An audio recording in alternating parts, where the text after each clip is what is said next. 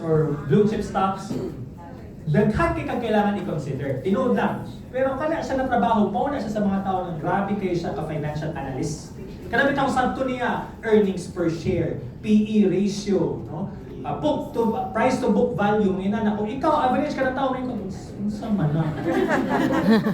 No?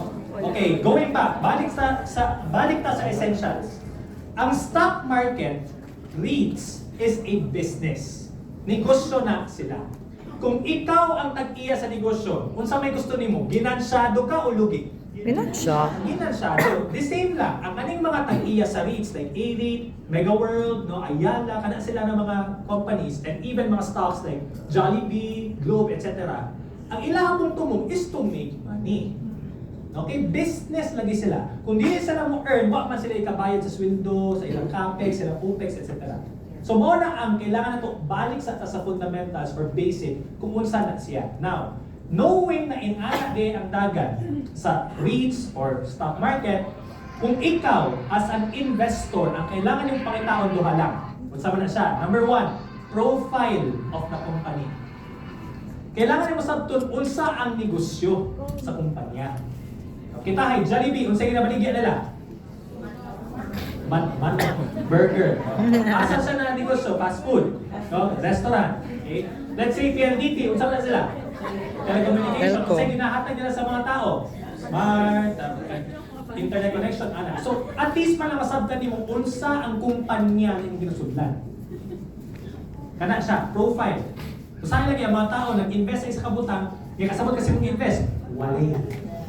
Dapat kasabot ka. That's the profile. And then after that is your financials.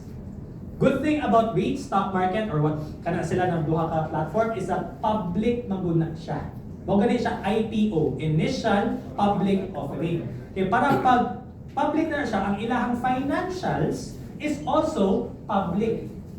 Kita ma-access na to na. Kung saan pag-access? Google. Google na nimo.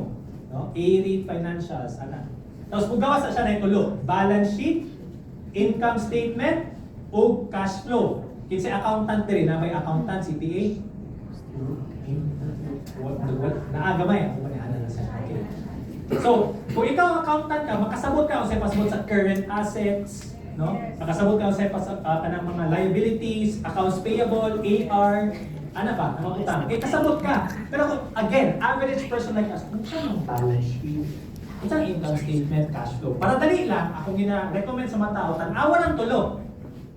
Then sa balance sheet, tanawa ang equity or net worth niya. Pag positive ganina, good. Ano to? Positive. Kwarta positive is good. No? Income statement. Income minus expenses equals balance. O na ilang net income. Tanawa net income. Positive pa dili. Positive, then good. Pag negative din, ayaw. Ganahan ba rin ka mag-invest sa kanegosyo na palugi? Dili. Tanawin mo cash flow, cash in, cash out. Nakayagbutan ka na, net cash. Meaning, muna siya ang kwarta, handa sila. Pag positive, then good. Pag negative, then ayaw. So pag balance sheet, income statement, cash flow is positive, that is your consideration na that company is a good company to invest in. Sa kwarta guys, positive is good.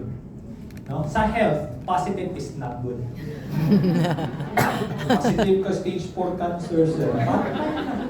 Sa kwarta, lamig yung paminawan, positive.